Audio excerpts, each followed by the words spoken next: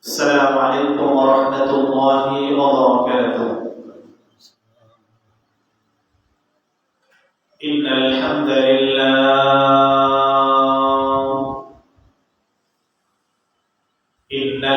لله نحمده ونستعينه ونستغفره ونؤمن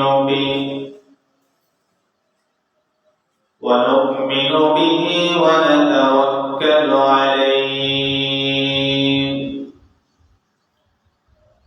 ونعوذ بالله من شرور أنفسنا ومن سيئات أعمالنا.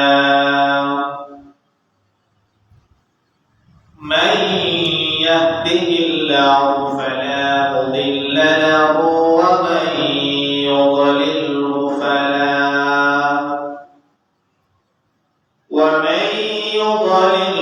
فلا هادي له. ونشهد أن لا إله إلا الله وحده لا شريك له. ونشهد أن سيدنا وسندنا وحبيبنا وحبيب ربنا وطبيبنا وطبيب قلوبنا ومولانا محمد الذي أرسله الله تعالى بالحق إلى الخلق بشيرا ونذيرا وداعيا إلى الله بإذنه وسراجا منيرا. أما بعد فقد قال الله تعالى في كلامه المجيد وفي فرقانه الحميد.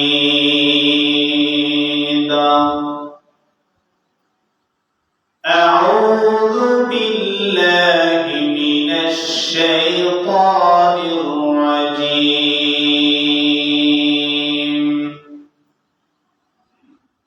بسم الله الرحمن الرحيم.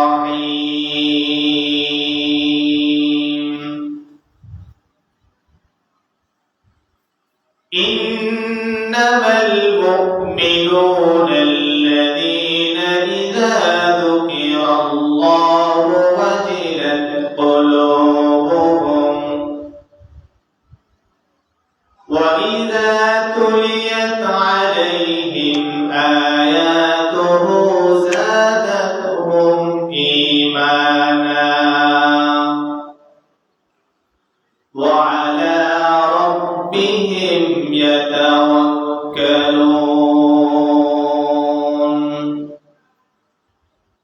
صدق الله مولانا العظيم وصدق رسوله النبي الأمي الكريم.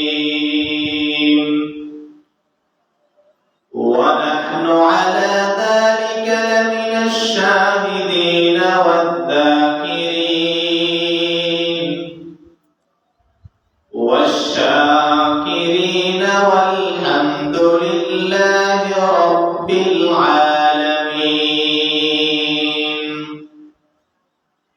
وقال تعالى في شان حبيبه إن الله وملائكته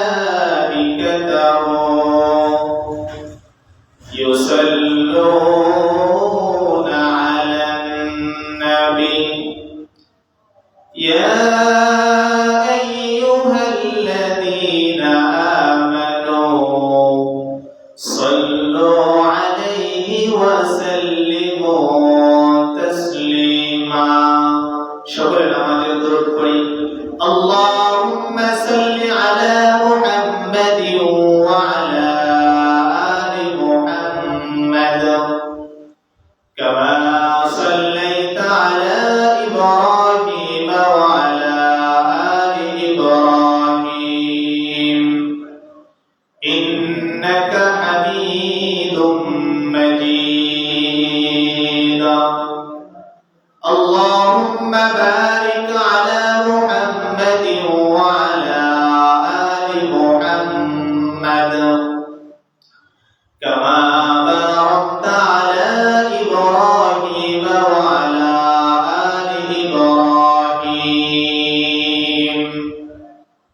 ইন্নাকা হামিদুম মাজিদ।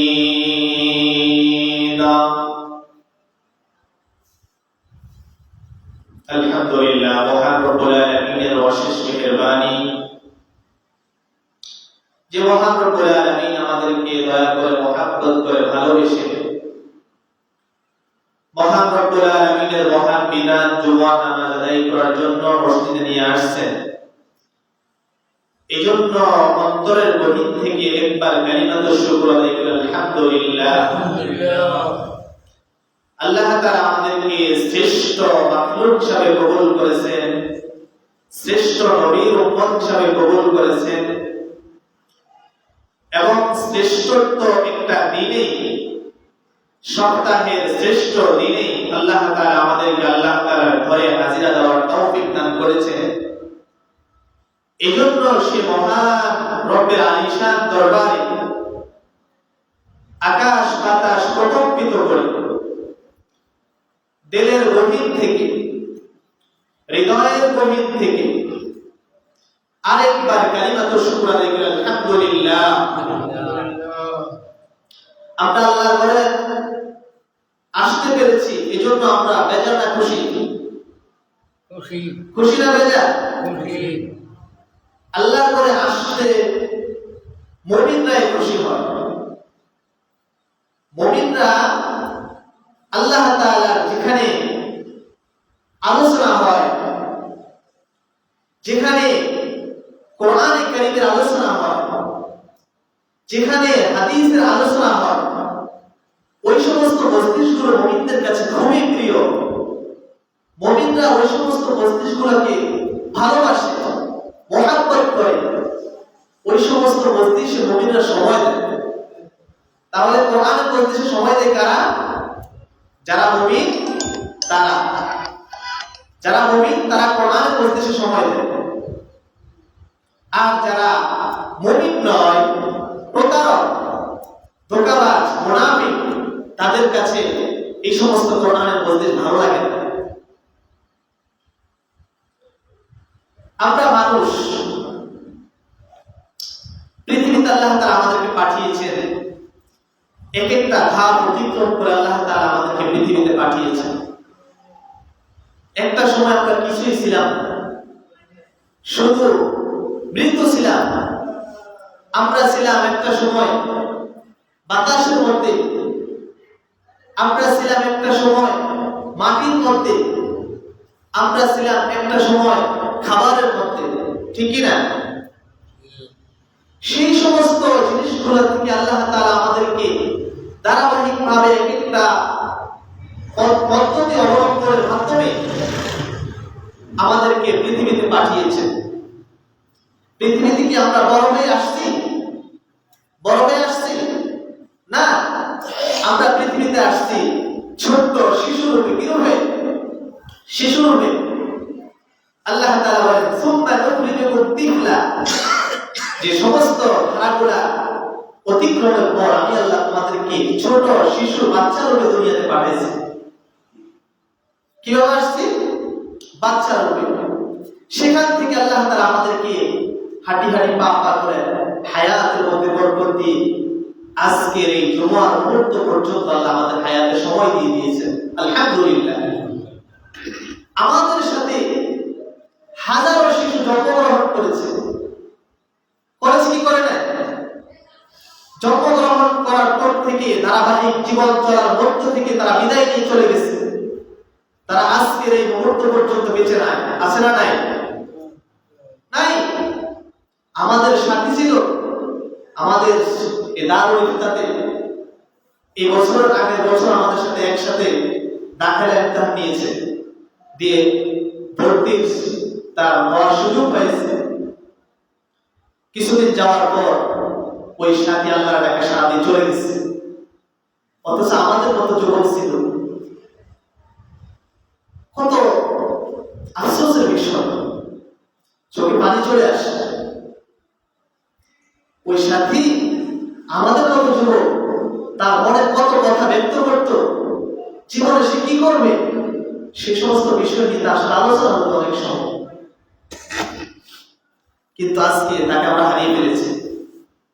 হাটহাজারী মাদ্রাসা এবছর মাহফিল হয়েছে না? গত বছর মাহফিলের একদিন কাজের সময় উনি হঠাৎ করে অসুস্থ হয়ে পড়লেন। এই মেডিকেল নেওয়া হয়েছে হাটহাজারী মেডিকেলে, এখান থেকে তারা চট্টগ্রাম মেডিকেলে পাঠিয়ে দিয়েছে। তো সকাল 8টার দিকে অসুস্থতা শুরু হয়েছে, বেলা 12টা নাগাদ সাথী দুনিয়া থেকে চলে গেছে। আল্লাহ তাআলা আমার কবরকে জান্নাতুল ফেরদাউসের টুকরা বানিয়ে দিলেন। যাই হোক, তো আমরা দুনিয়াতে ছোট শিশু রূপে আসছি, সেখান থেকে আল্লাহ তাআলা আমাদেরকে হাঁটি হাঁটি পা পা করে হায়াতের মধ্যে বরকত দিয়ে আজকের সময় পর্যন্ত আমাদেরকে জীবিত রেখেছে। তবে আজকে জুমা শেষ করে আমরা বাসায় যেতে পারবো কিনা সেটা জানি না। হয়তো আজকের এই জুমা শেষ হওয়ার আগে আমি দুনিয়া থেকে চলে যেতে পারবো, আপনিও দুনিয়া থেকে চলে যেতে পারেন। কিছুক্ষণ পরে এলান হবে অমুকের ছেলে অমুক দুনিয়াতে আর নেই। তোমরা তার জানাজায় আসো, তার মাগফিরাতের দোয়া করো। আল্লাহ তাআলা আমাদের হায়াতকে দীর্ঘায়িত করে দিন, তার গোলামি করার সুযোগ করে দিন। তো বলতেছিলাম আমরা পৃথিবীতে শিশু রূপে আসছি, কি রূপে? শিশু রূপে। তারপর আল্লাহ তাআলা আমাদের হায়াতকে দীর্ঘায়িত করে আমাদেরকে আজকে মুহূর্ত পর্যন্ত হায়াত দিয়েছেন। এরপরে আমরা দুনিয়া থেকে বিদায় নিয়ে চলে যাব। কি নিয়ে চলে যাব? দুনিয়া থেকে চলে যাব, মৃত্যুবরণ করব। তো এই আল্লাহ তাআলা আমাদেরকে কেন হায়াত দিলেন?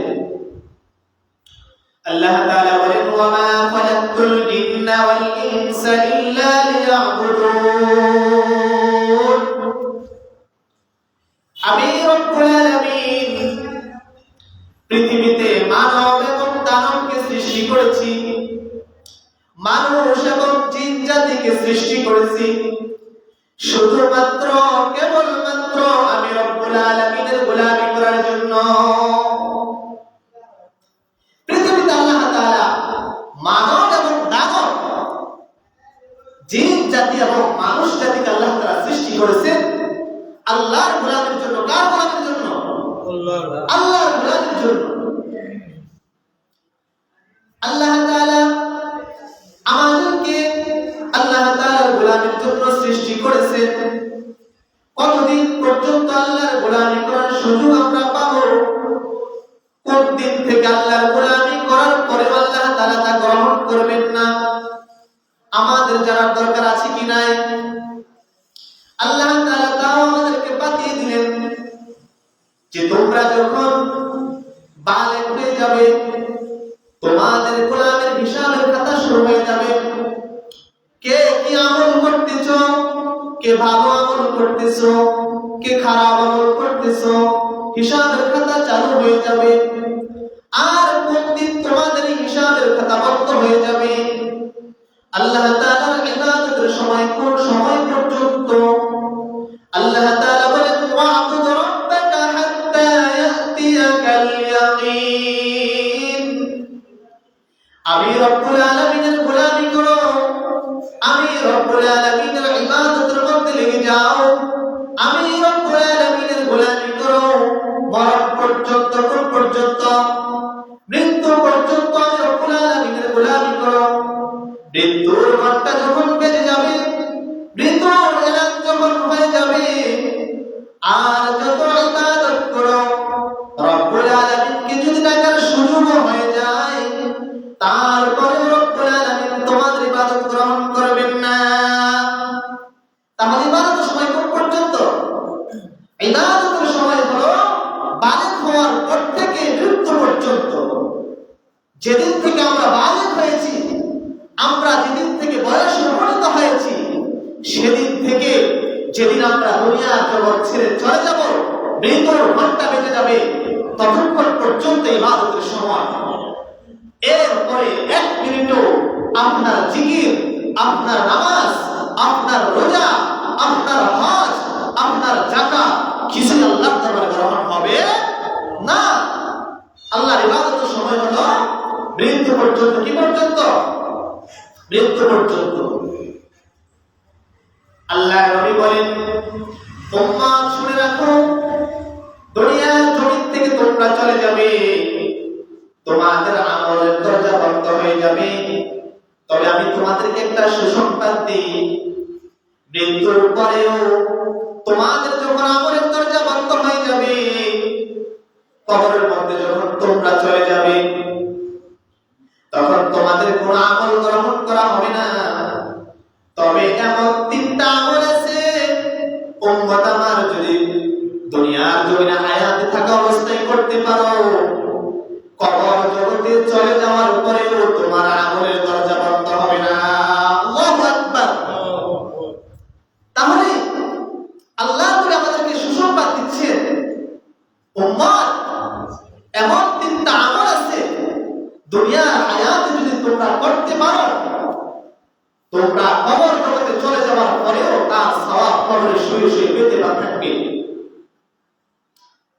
মুসলমান বন্ধুরা আমার, কি সে আমল যে আমল দুনিয়ার হায়াতে করার পর মানুষ যখন কবর জগতে চলে যাবে, সে জগতে চলে যাওয়ার পর কবরে শুয়ে শুয়ে সে আমলের প্রতিদান পেতেই থাকবে। যারা তোমরা আছে কি নাই?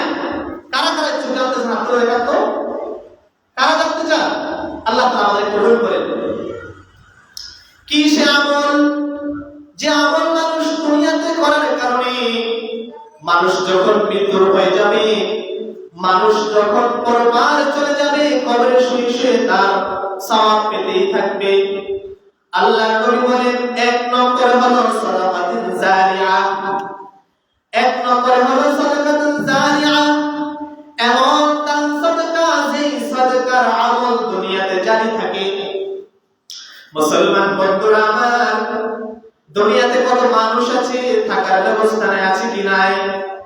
ফুটপাতে থাকে, ঘরে থাকার ব্যবস্থা নাই, ঘরের ব্যবস্থা নাই।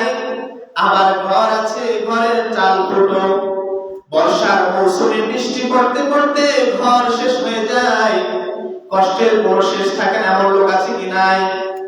আল্লাহর নবী বলেন, উম্মত আমার, যদি তোমার সামর্থ্য থাকে, এমন ব্যক্তিকে যদি তুমি একটা চালের ব্যবস্থা করে দাও, একটা বাসস্থানের ব্যবস্থা করে দাও, যতদিন পর্যন্ত এই ঘর দুনিয়ার বুকে কায়েম থাকবে, ওই লোক যতদিন পর্যন্ত ওই ঘরের মধ্যে থাকবে, তুমি যদি এর মধ্যে কবর জগতেও চলে যাও, কবর জগতে তুমি আল্লাহর কাছে সাড়া দিয়ে দাও, তারপরে রব্বুল আলামিন তোমার আমলের দরজা বন্ধ করবে না। কবর জগতে শুয়ে শুয়ে অনবরত তোমার ওই দানের সওয়াব তুমি পেতেই থাকবে। আল্লাহু আকবার। মুসলমান বন্ধুরা আমার, দুনিয়ার মধ্যে কত প্রতিষ্ঠান আছে, দ্বীনি প্রতিষ্ঠান, প্রতিষ্ঠানগুলো জর্জরিত, ঋণে জর্জরিত হওয়ার কারণে প্রতিষ্ঠানগুলো একটা সুন্দর ঘর করার ব্যবস্থা নাই, আছে কি নাই? হাজারো প্রতিষ্ঠান আছে, দ্বীনের তালিম দিচ্ছে, তো ভাঙ্গাচোরা ঘরের মধ্যে থাকতেছে। কারো যদি সামর্থ্য থাকে, যদি কোনো আল্লাহর গোলাম এই দ্বীনি প্রতিষ্ঠানের জন্য 1000 ইট দিতে পারে, বা তার সামর্থ্য অনুযায়ী একটা ঘর তৈরি করে দেয়, যতদিন পর্যন্ত ওই প্রতিষ্ঠানটি দুনিয়ার জমিনে টিকে থাকবে, কিয়ামত পর্যন্ত কবরে শুয়ে শুয়ে তার আমল অনবরত পেতেই থাকবে। আল্লাহ নবী কত বড় আমাদেরকে সুসংবাদ দিয়েছেন যে সাদাকায়ে জারিয়া এমন এক সাদাকা যে তুমি দুনিয়াতে হয়তো হালকা পরিমাণ, তোমার সামর্থ্য পরিমাণ একটা ইট দিলা, 2টা ইট পারে না মানুষ? একটা ইট 10 টাকা হলে আপনি যদি 100 ইটের কত টাকা যাবে আপনার কাছ থেকে? তো আপনার মাত্র এই সামান্য টাকার বিনিময়ে আপনি দুনিয়া থেকে চলে যাওয়ার পরেও কবর জগতে শুয়ে শুয়ে তার প্রতিদান আল্লাহ তাআলা আপনাকে দিচ্ছে। তাহলে এর থেকে বড় সুসংবাদ আর কি হতে পারে? কি এমন আমল আল্লাহ আমাদেরকে সুসংবাদ দিলেন, কবর জগতে চলে যাওয়ার পর আল্লাহ তাআলা আমাদেরকে তার সওয়াব দিবেন। আল্লাহ নবী বলেন, 2 নম্বর হলো ইলমিন ইউনতাফাউ বিহি, এমন ইলম, এমন জ্ঞান যে ইলম মানুষের উপকারে আসে। আপনি যদি আলেম হয়ে থাকেন, আপনার এই ইলম আপনি আপনার শিষ্যকে শিক্ষা দিলেন, আপনার শিক্ষক ক্রমান্বয়ে তার ছাত্রকে শিক্ষা দিল, তার ছাত্র তার ছাত্রকে শিক্ষা দিল।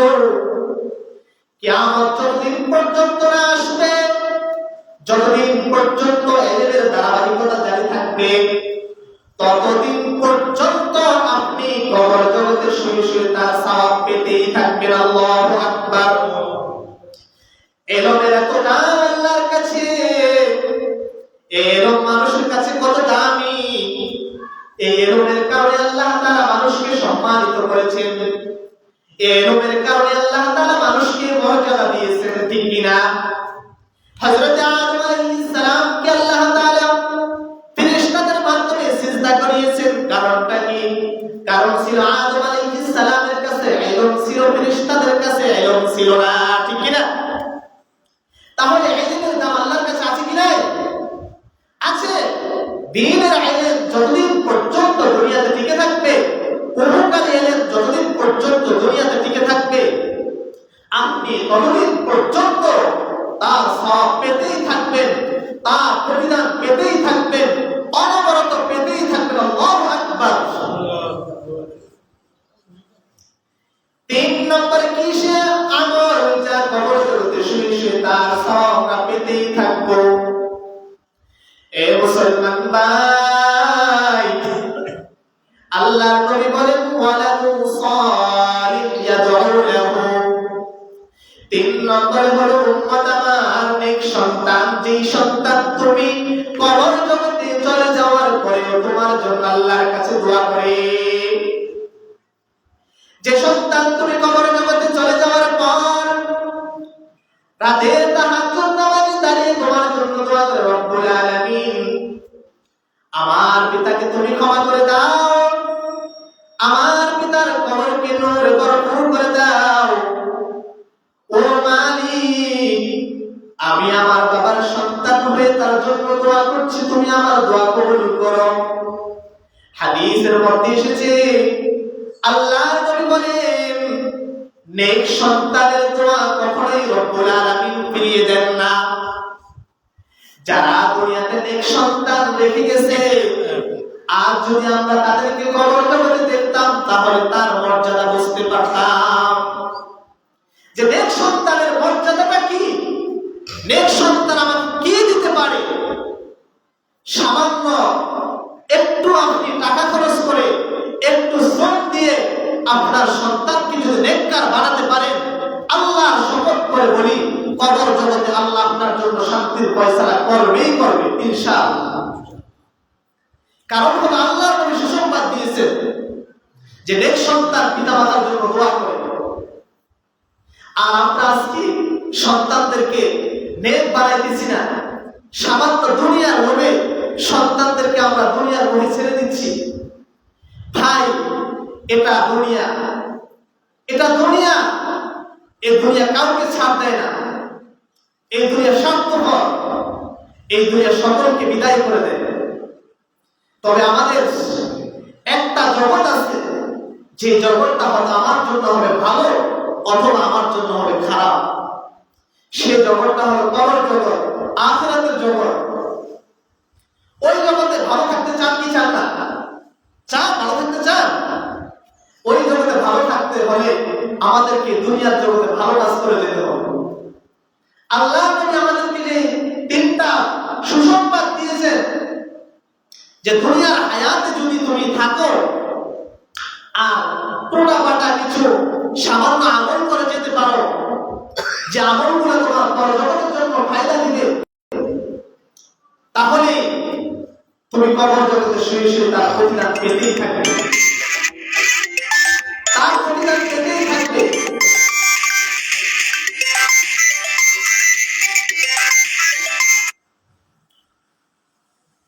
তাহলে আল্লাহ নবী আমাদের কয়টা সংবাদ দিয়েছেন? 3টা সুসংবাদ। আমরা দুনিয়াতে নেকামল করি, আমরা যখন দুনিয়া থেকে চলে যাব, যেদিন মৃত্যুর ঘন্টা আমাদের বেঁচে যাবে, ওই দিন আর আমাদের আমলের কোনো সুযোগ থাকবে না, সকল দরজা বন্ধ হয়ে যাবে। তো আল্লাহ নবী বলে উম্মত আমার 3টা কাজ যদি করতে পারো তুমি কবর জগতে শুয়ে শুয়ে তার সওয়াব পেতেই থাকবে যতদিন পর্যন্ত ওই আমলগুলো দুনিয়ার জমিনে জারি থাকবে। তাহলে এক নম্বর কি বলেছে? সাদাকাতুন জারিয়া, যে সাদাকায়ে জারিয়া দুনিয়ার জমিনে গরিব দুঃখীকে সাহায্য করলেন, মসজিদ মাদ্রাসা বিভিন্ন দ্বীনি প্রতিষ্ঠান বানিয়ে দিলেন, জনকল্যাণার্থে রোড করে দিলেন, মানুষ হাঁটার জন্য ব্রিজ করে দিলেন, যতদিন পর্যন্ত এগুলো দুনিয়ার জমিনে বিদ্যমান থাকবে ততদিন পর্যন্ত আল্লাহ তাআলা অমর জগতে আপনাকে সে আমলের প্রতিদান দিতেই থাকবে। দুই নম্বরে হলো আল্লাহ নবী বলেন আও ইলমিন ইউনতাফাউ বিহি, এমন ইলম, এমন জ্ঞান যা মানুষের উপকারে আসে।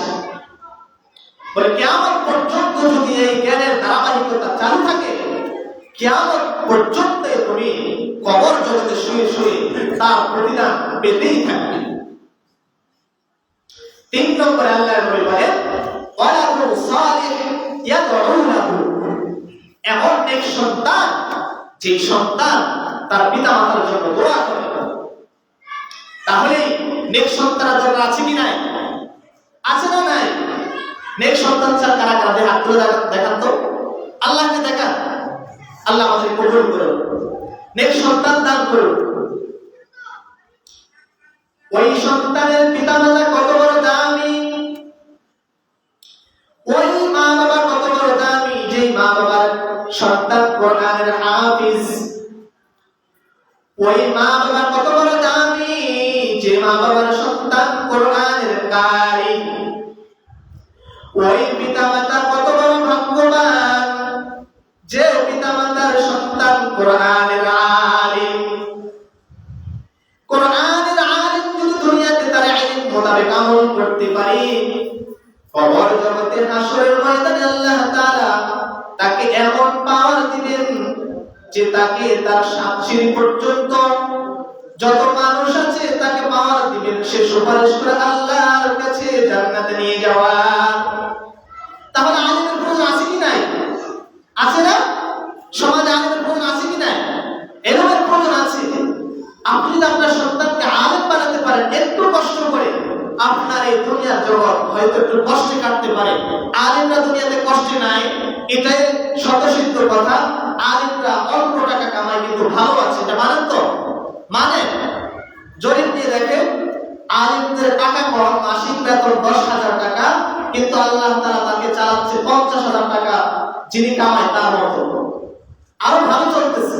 আল্লাহর বরকত আল্লাহ তাআলা আলেমদেরকে দেন। তাহলে নেক সন্তানের জন্য আল্লাহর কাছে দোয়া করতে হবে। আল্লাহর কাছে নেক সন্তানের জন্য দোয়া করেছেন হযরত জাকারিয়া আলাইহিস সালাম, রব্বি লা তাযারনি ফারদান ওয়া আনতা খায়রুল ওয়ারিসিন। আল্লাহর কাছে জাকারিয়া আলাইহিস সালাম দোয়া করলেন, আল্লাহ আপনি আমাকে নিঃসন্তান ছাড়বেন না, আপনি হলেন সর্বোত্তম ওয়ারিস, আপনি আমাকে নেক সন্তান দান করুন। আল্লাহ তাআলা জাকারিয়া আলাইহিস সালামকে নেক সন্তান দান করলেন। আর জাকারিয়া আলাইহিস সালামের সেই নেক সন্তানটার নাম ছিল হযরত ইয়াহইয়া। আল্লাহর কাছে যেমন দোয়া তেমন কাজ, এমন ইখলাসের সাথে দোয়া করলেন। জাকারিয়া আলাইহিস সালাম বৃদ্ধ হয়ে গিয়েছেন, তার সন্তান জন্ম দিতে সেই শক্তি ছিল না। তার স্ত্রী ছিলেন বন্দা, অর্থাৎ তার স্ত্রীর ছেলে সন্তান হবে এমন কোন আলামত তার মধ্যে ছিল না। কিন্তু আল্লাহর কাছে যখন দোয়া করলেন, আল্লাহর কাছে যখন প্রার্থনা করলেন, আল্লাহ তাআলা জাকারিয়া আলাইহিস সালামকে এমন এক সন্তান দান করলেন, ওই সন্তানকে আল্লাহ তাআলা শেষ পর্যন্ত নবী হিসাবে প্রেরণ করলেন। আল্লাহু আকবার। তাহলে আল্লাহর কাছে দোয়া করলে আল্লাহ তাআলা দোয়া বৃথা দেন না, তবে আমরা দোয়া করতে জানি না। তাহলে নেক সন্তানের প্রয়োজন আছে কি না? আছে না? হযরত জুনবুল মিসরি রাহমাতুল্লাহি আলাইহি একটি ঘটনা পেশ করলেন। এক বৃদ্ধ মহিলা দুনিয়া থেকে বিদায় নিল। দুনিয়ার জমিনে একজন নেক সন্তান রেখে গেলেন। ওই সন্তান রাতের তাহাজ্জুদের নামাজে দাঁড়িয়ে আল্লাহর কাছে দোয়া করত, রব্বুল আলামিন তুমি আমার মাতাকে মাফ করে দাও। আমার মা দুনিয়ার জমিন আমার জন্য কত কষ্ট করেছে, আর আমার মা দুনিয়া থেকে চলে গেছে, আমাকে তোমার ইলম শিক্ষা দিয়ে গেছে। তুমি দয়া করে আমার মায়ের কবরকে নূরে ভরপুর করে দাও। আমি নেক সন্তান হিসাবে আমার মায়ের জন্য তোমার কাছে প্রার্থনা করছি গো মালিক, দয়া করে তুমি আমার মায়ের কবর আযাবকে মাফ করে দাও, মায়ের কবরকে নূর দ্বারা ভরপুর করে দাও। এক আল্লাহর ওলি স্বপ্ন যোগে দেখলেন ওই মহিলার কবরকে আল্লাহ তাআলা নূরে ভরপুর করে দিয়েছে। ফেরেশতা ডেকে বললেন, ও হুজুর তুমি কি জানো এই মরহুমার কবর কেন এই নূরে ভরপুর হয়েছে? বলে ও ফেরেশতা আমাকে একটু বলো কেন তার কবরটা নূরে ভরপুর? বলে আল্লাহর বান্দা দুনিয়াতে একটা নেক সন্তান রেখে এসেছে, ওই সন্তানটা রাতের আধারে দাঁড়িয়ে তাহাজ্জুদ নামাজে প্রতিদিন আল্লাহর কাছে তার মায়ের জন্য প্রার্থনা করে, ওগো আমার মালিক আমার মাকে তুমি ক্ষমা করে দাও, মায়ের কবরকে নূর দ্বারা ভরপুর করে দাও। আল্লাহ তাআলা ওই নেক সন্তানের দোয়ার বদৌলতে আজ তার কবরটা নূর দ্বারা ভরপুর করে দিয়েছেন। আল্লাহু আকবার। তাহলে নেক সন্তানের পাওয়ার কথা দেখুন। আল্লাহ তাআলা ওই মহিলাকে তার নেক সন্তানের দোয়ার বরকতে কবরকে নূরে ভরপুর করে দিয়েছেন। তাহলে মহিলা কি জান্নাতি না জাহান্নামী? জান্নাতি। নেক সন্তানের কারণে তার দোয়ার বদৌলতে। আর নেক সন্তান আমরা কোথায় পাবো? কোথায় দিলে আমাদের নেক সন্তান হবে? নেক সন্তান আমাদের কোন প্রতিষ্ঠানে দিলে হবে আর কোন প্রতিষ্ঠানে দিলে হবে না, সেটা আমাদের একটু যাচাই করতে হবে। আজ আমাদের সমাজ আলহামদুলিল্লাহ সুবহান আলহামদুলিল্লাহ আমাদের আকাবিরদের মেহনতের বরকতে সমাজের মধ্যে বিভিন্ন গ্রামের মধ্যে বিভিন্ন ইউনিয়নের মধ্যে আলহামদুলিল্লাহ এই সমস্ত দ্বীনি প্রতিষ্ঠান গড়ে উঠেছে। সেখানে পরে পরে দ্বীনের ভ্যাকসিন নিয়ে তারা ডক্টর হচ্ছে, ডাক্তার হচ্ছে, ইঞ্জিনিয়ার হচ্ছে, কিন্তু তারা তাদের দ্বীন ত্যাগ করতেছে না। একটা মাত্র কারণ হলো তারা দ্বীনের ভ্যাকসিন নিয়ে নিয়েছে শুরু থেকেই। এজন্য আপনার আমার সন্তানকে যদি নেক বানাতে হয়, আমরা যদি ভাগ্যবান মা বাবা হতে চাই, তাহলে অবশ্যই আপনাকে আমাকে সন্তানকে নেক বানাতে হবে, নেক সন্তান বানাতে হবে, সন্তানকে দ্বীনের জ্ঞান শিক্ষা দিতে হবে, এর বিকল্প নেই। আলহামদুলিল্লাহ আপনাদের গ্রামে একটি মাদ্রাসা আছে, জানুয়ারি থেকে অলরেডি ক্লাস শুরু হয়ে যাবে। অক্লান্ত পরিশ্রমের প্রতিষ্ঠানটি গড়ে উঠেছে, অনেক কাজ বাকি এবং ছাত্রদের লেখাপড়া আলহামদুলিল্লাহ মানসম্মত, যেটা জরিপটি দেখা গিয়েছে, মানুষ প্রশংসাও করছে। তো আপনার ছেলে সন্তান, আপনার মেয়ে সন্তান, আপনার নাতি নাতনি, আপনার পরিবারের কাউকে হলেও আপনার শ্রম দিয়ে একটু দ্বীনের জ্ঞান শিক্ষা দিয়ে দিন, ইনশাআল্লাহ কবর জগতে আপনি শান্তি পাবেন। আর যদি আমরা ভুল পথে হাঁটি, একটু চিন্তা গবেষণা ভুলের কারণে আমরা যদি ভুল পথে চলে যাই, তাহলে আমাদের আসলে দুনিয়াটা ব্যর্থ হয়ে যাবে। কবর জগতে আমরা চলে গেলে সেখানে শান্তি পাবো না। এই জন্যই আমরা আমাদের সন্তানদেরকে এই যে উক্ত প্রতিষ্ঠান আছে দ্রুত ভর্তি করে দেব, আর জানুয়ারি থেকে ক্লাস শুরু হয়ে যাবে। আল্লাহ তাআলা আমাদেরকে কবুল করে নিন, সকলে বলি আমিন। একটি এলাকা আসছে যে আমাদের এখানে একটি হসপিটাল আছে, প্রতিষ্ঠান, যেখানে সুচিকিৎসা দেওয়া হয় বাচ্চাদেরকে, মেয়েদেরকে নাক কান করানো হয় এবং ছোট ছেলেদেরকে বাচ্চাদেরকে মুসলমানি করানো হয় আলিপুরে।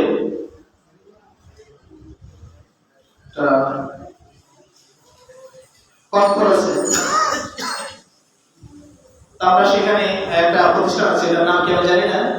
তো ওখানে তারা আমাদেরকে আমন্ত্রণ জানিয়েছেন, তারা কম খরচে নাক কান করানো এবং যে মুসলমানি করানো সন্তানদেরকে তা করায়। তো আপনারা যোগাযোগ করুন ইনশাআল্লাহ এই হসপিটালে এখানে, তাহলে আপনারা করাতে পারবেন। আর আপনাদের প্রতিষ্ঠান আছে, প্রতিষ্ঠানদের সঙ্গে দেখাবেন। প্রতিষ্ঠানে অনেক কাজ বাকি, ভর্তি শুরু হয়ে গিয়েছে, সেদিকে নজর রাখবেন। তাহলে আশা করি ইনশাআল্লাহ আমাদের দুনিয়ার জগৎ সুখময় হবে। আর যখন আমরা দুনিয়া থেকে চলে যাব, পরজগৎ আল্লাহ তাআলা আমাদেরকে সফলতা দান করুন। আল্লাহ তাআলা আমাদের কবুল করে নিন। সকলে বলি আমিন। ওয়া আখিরু দাওয়ানা আনিল হামদুলিল্লাহি রাব্বিল আলামিন। যারা সুন্নাত করেনি সুন্নাতটা পড়ে নিন।